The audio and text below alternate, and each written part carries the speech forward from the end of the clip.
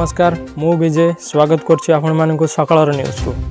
तो महानगर train accident को आज को 15 दिन बीतीगला। तो ये 15 दिन भितर कहार सब दाह हो सारा तो कि एबे जाए हॉस्पिटल रे अछंती। तो सेमिति आज किछि सेही भलिया परिवार को आमे भेटिबा जाउछे जो परिवार रे कि केवल जने भाई अछंती जे कि हैंडीकैप्ड से केमती कोन चलुछंती कोन केमती रहिछंती चलंतु पचारबे छ।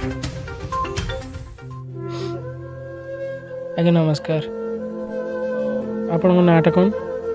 रामचंद्र बेहेरा। आम आगे जाना पाइलु जे कि आपण किए जने संपर्क चली जाइछंती तो सी आपण कौन है? मो सानो भाई।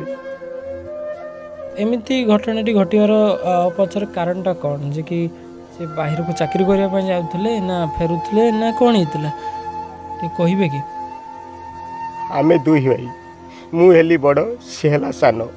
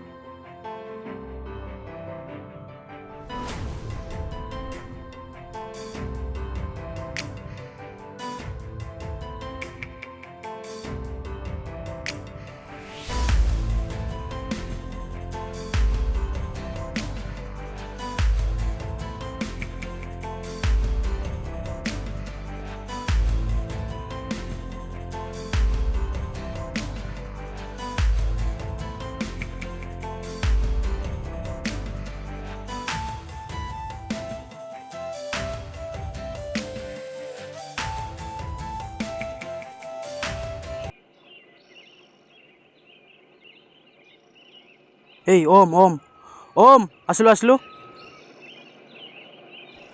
कौन सांग संध्या कुआड़े जाऊँ देखा नहीं घटना कौन इंटरव्यू देइतलो कौन हला चाकरी कथा कौन कहमी सांग चाकरी पे मु बहुत चेष्टा कर सले। अच्छा बहुत ट्राई कर सले आज चाकरी गुट खंडे ही पाउ नै। कौन करियो भाबिछु पैसा पे बहुत टेंशन अछि। आउ तू तो जानि सांग मो भाई हैंडीकैप आ पिला दिन मो बापा माँ चली गला पर घर चलिया पे बहुत कष्ट होउछ रे। आ केते दिन मो भाई को आशा रे मु चली रही नहीं मु तो किसी भाई को बुझिया कथा को पड़िबो ना। ठीक अछि तोरे काम कर मोर गोटे सांग चेन्नई रो अछि भलो चाकरी गोटे व्यवस्था करछि हला चल हम काली पळि जियो काली कंफर्म नियाती बडा फाइनल तो असुविधा किछ नहीं आराम से भाई भाई रहइबा टेंशन नहीं। तो भरोसा रे मु जाउछु आ तो भरोसा रे मो भाई छाड़िबो किछ असुविधा होबन हला मु भाई के से कथा हो ठीक अछि हो काली मस्त टेंशन ठीक अछि कल सकाळ रेडी हो हला मने कोइ गेला। हां हां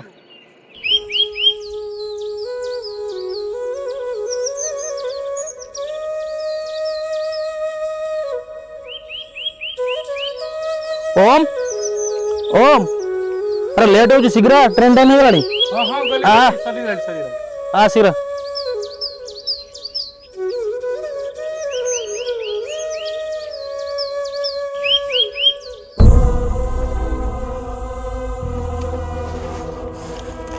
बाबा रे ट्रेन चढ़ सारा पर थे फोन करू आउ चेन्नई पहुँच सारा पर आउ थे फोन कर जमा भूलबुनि मझिरे मझिरे थोड़ा थोड़ा फोन करी मो पाख है कांतुच ना से किसी नुहे भाई मन तो प्रथम थर पर तू बाहर को जाऊ तेणु भाई मन कौन बुझु हो चल से किसी नुहे तू चल ट्रेन टाइम है चल तुम भाई एमती कांदिले मु जमा जिमिनी ना ना ना ना मु कांदुनी मो भाईटा चल चल मु कांदिनी चल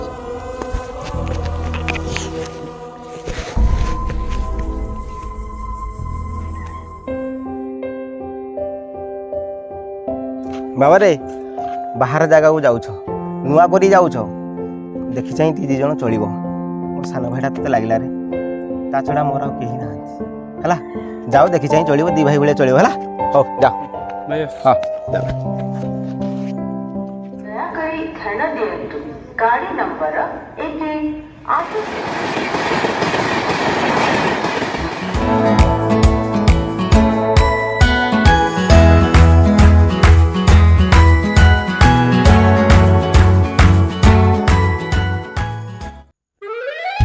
फालिया मोबाइल गोटे पठे किसी जापारे कौटी जीपे तार आलो जल कौन कर खाली कहला फोन आइले से शागुआटा को टेकीदेव ऊपर टेकिले उठो कि ना तार भी जान ना देखिया फोन आसिले ये जना पड़ो।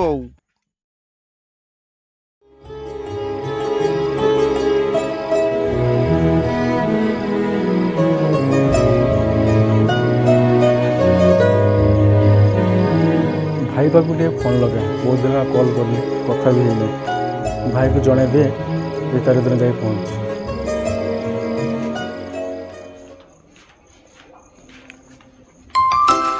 रिंग है ना कौन हाँ ये आम ओम करना कौन शागुआटा को टेकिबी ना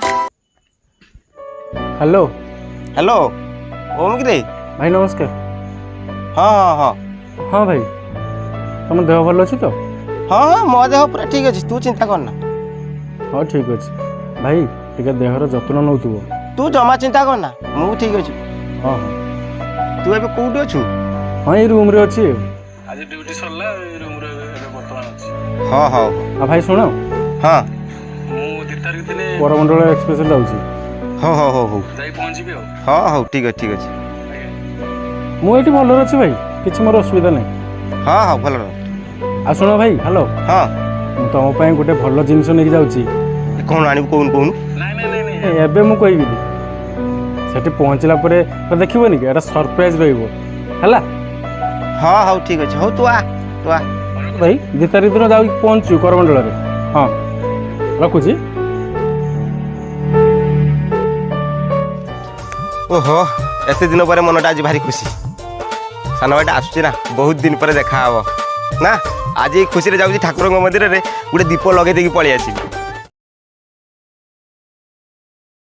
ଏବେ ନଜର ପକାଇବା ସବୁଠାରୁ ବଡ଼ ଖବର ଉପରେ ବାଲେଶ୍ୱର ବାହାନଗାରେ ସବୁଠାରୁ ବଡ଼ ଟ୍ରେନ୍ ଆକ୍ସିଡେଣ୍ଟ ଯାହାକି ସୂଚନା ଆସୁଛି ଯେ କି କରମଣ୍ଡଳ ଏକ୍ସପ୍ରେସ ଲୁପ୍ ଲାଇନ୍କୁ ଚାଲିଯିବାରୁ ଆଗରୁ ଲୁପ୍ ଲାଇନ୍ରେ ଥିବା ମାଲବାହୀ ଟ୍ରେନ୍ ଉପରକୁ ଚଢ଼ି ଯାଇଥିଲା ଯାହାଫଳରେ କି 200ରୁ ଅଧିକ ଲୋକ ପ୍ରାଣ ହରାଇଛନ୍ତି ବାକି ଆହତଙ୍କୁ ହସ୍ପିଟାଲକୁ ସ୍ଥାନାନ୍ତରିତ କରାଯାଇଛି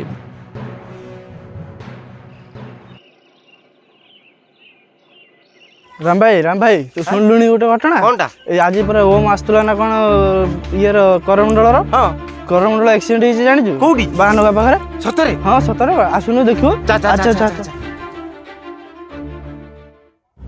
ସାର୍ ସାର୍ ମୋ ଭାଇକି ମୁଁ ପାଉନି ସାର୍ ସବୁ ଜାଗାରେ ଖୋଜି ସାରିଲିଣି ସବୁ ହସ୍ପିଟାଲରେ ବି ଖୋଜି ସାରିଲିଣି ହେଲେ ମୋ ଭାଇକୁ ମୁଁ କେଉଁଠି ହେଲେ ପାଉନି ସାର୍ ଆପଣ ଗୋଟେ କିଛି କରନ୍ତୁ ସାର୍ ଆଚ୍ଛା ତାହେଲେ ଆପଣ ସବୁ ଜାଗାରେ ଖୋଜି ସାରିଲେଣି ତାହେଲେ ଗୋଟେ କାମ କରନ୍ତୁ ଆପଣଙ୍କର ସେ ଯେଉଁ ସ୍କୁଲ ଘରେ କେତେଟା ଡେଡ୍ ବଡି ଅଛି ନା ସାର୍ ସେଟା କେବେ ହେଇପାରିବନି ସାର୍ ମୋ ସାନ ଭାଇ କେବେ ମରିପାରିବନି ତଥାପି ମୁଁ ଆପଣଙ୍କୁ କହିବି ଯେ କି ଆପଣ ଥରେ ଯାଇକି ଚେକ୍ କରିଦିଅନ୍ତୁ କାଳେ ସେଠି ହଉ ସାର୍ ଆପଣ ଯେତେବେଳେ କହୁଛନ୍ତି ମୁଁ ଟିକେ ଯାଇ ଦେଖି ଆସୁଛି ବାବା ହରି ହାରି ଯିବା ଦେଖି ଆସିବା ଚାଲ